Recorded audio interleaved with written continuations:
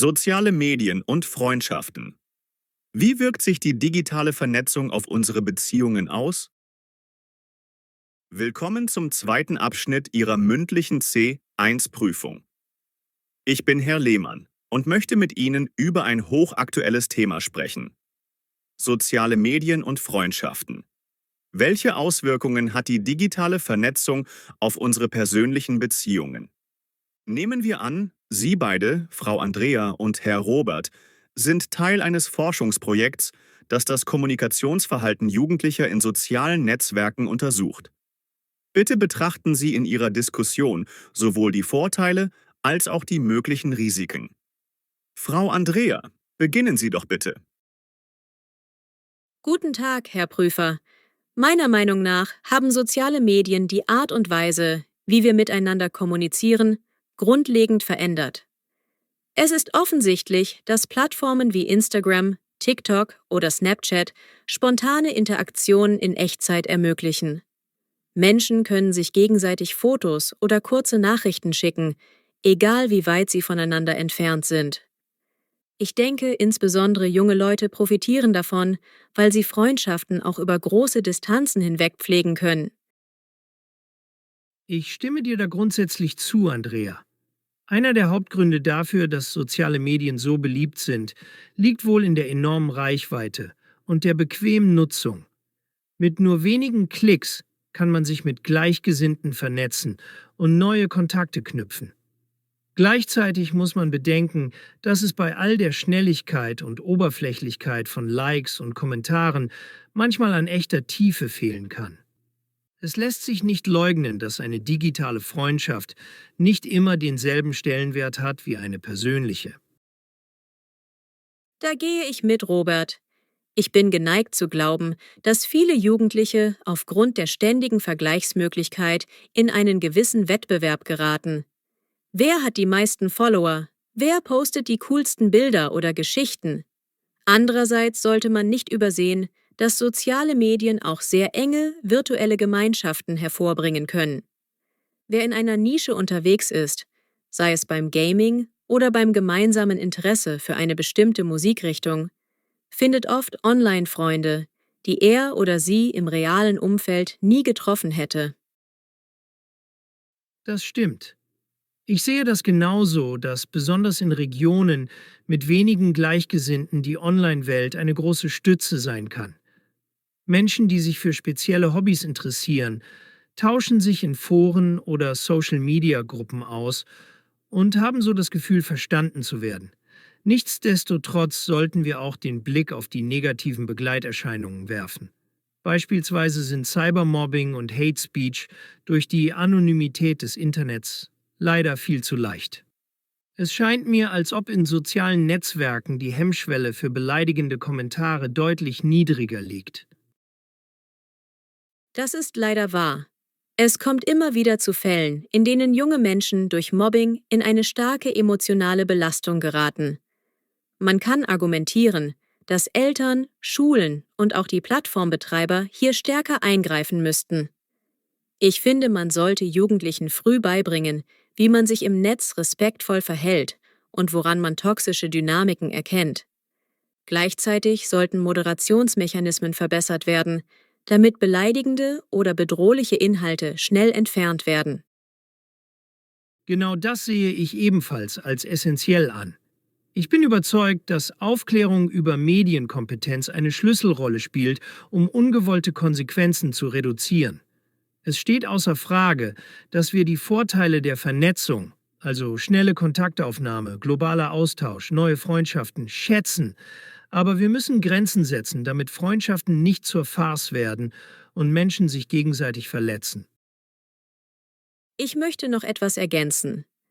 Viele Studien zeigen, dass sogenannter Digital Detox immer wichtiger wird. Wer ständig online ist, kann Schwierigkeiten entwickeln, sich wirklich auf ein tiefgehendes Gespräch einzulassen. Es lässt sich nicht leugnen, dass Offline-Treffen und echte Präsenz etwas anderes sind als virtuelle Chats. Ich bin der Meinung, dass eine gute Balance zwischen digitaler und realer Kommunikation am gesündesten ist. Da stimme ich dir vollkommen zu.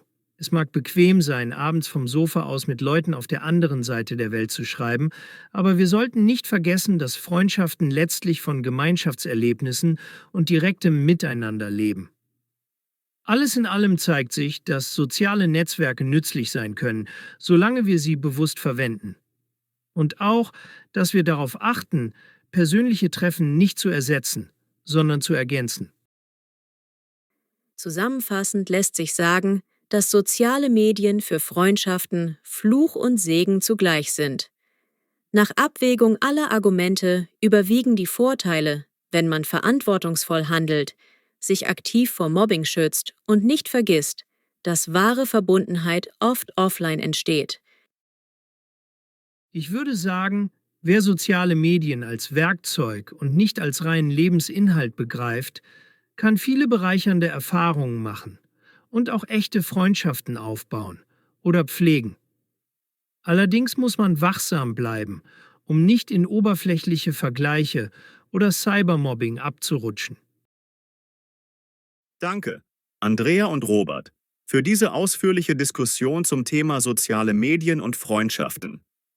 Ihre Argumente verdeutlichen sehr gut, dass digitale Vernetzung sowohl Chancen als auch Risiken birgt.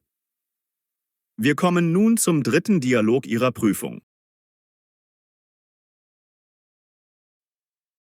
Die Bedeutung von Literatur in der digitalen Ära. Tradition versus Innovation. Guten Tag und herzlich willkommen zur mündlichen Prüfung auf C1-Niveau. Mein Name ist Herr Becker und ich moderiere heute unsere Diskussion. Unser Thema lautet: Die Bedeutung von Literatur in der digitalen Ära. Tradition versus Innovation. Stellen Sie sich bitte vor, Sie seien beide Mitglieder eines interdisziplinären Kulturzentrums, das sich mit den Herausforderungen und Chancen des literarischen Schaffens im digitalen Zeitalter auseinandersetzt. Frau Hoffmann, möchten Sie den Anfang machen? Guten Tag, Herr Becker. Mein Name ist Julia Hoffmann und ich arbeite als Literaturkritikerin und Redakteurin in einem renommierten Kulturmagazin. Ohne Umschweife möchte ich betonen, dass Literatur seit jeher ein Spiegel der Gesellschaft ist, der uns nicht nur unterhält, sondern auch zum Nachdenken anregt. Man kann nicht leugnen, dass die Digitalisierung das Leseverhalten grundlegend verändert hat. Digitale Medien bieten einerseits einen leichteren Zugang zu literarischen Werken. Andererseits besteht die Gefahr, dass die Tiefe und der intensive Genuss eines gedruckten Buches verloren gehen. Guten Tag allerseits. Mein Name ist Daniel Schröder und ich bin als freier Schriftsteller sowie Dozent im Bereich kreatives Schreiben tätig. Ganz ehrlich sehe ich in der digitalen Transformation eine zweischneidige Entwicklung. Auf der einen Seite ermöglicht die Digitalisierung eine enorme Reichweite und den unkomplizierten Zugang zu einer Vielfalt von Texten und Autoren. Andererseits steht die traditionelle Buchkultur, die für viele Leserinnen und Leser ein unvergleichliches haptisches Erlebnis darstellt, vor der Herausforderung, sich in einem zunehmend schnelllebigen Medienumfeld zu behaupten. In der Tat, Daniel. Nicht zu übersehen ist der Wandel im Leseverhalten, der mit der Verbreitung von E-Books und Online-Plattformen einhergeht. Ohne Frage profitieren Leser von der Flexibilität, jederzeit und überall auf eine umfangreiche Auswahl an Literatur zugreifen zu können. Allerdings vermisse ich gelegentlich die emotionale Bindung, die ein physisches Buch vermitteln kann, das Rascheln der Seiten, der Geruch von Papier, der das Leseerlebnis zu einem sinnlichen Genuss macht. Da haben Sie absolut recht, Julia. Schlussendlich zeigt sich, dass die Digitalisierung ein enormes Potenzial birgt, aber auch ihre Schattenseiten hat. Man könnte argumentieren, dass die digitale Literatur dem Zeitgeist entspricht und neue Formen des Erzählens hervorbringt, wie zum Beispiel interaktive Geschichten oder multimediale Erzählkonzepte. Ohne Zweifel ist dies ein innovativer Ansatz, der den kreativen Prozess bereichert.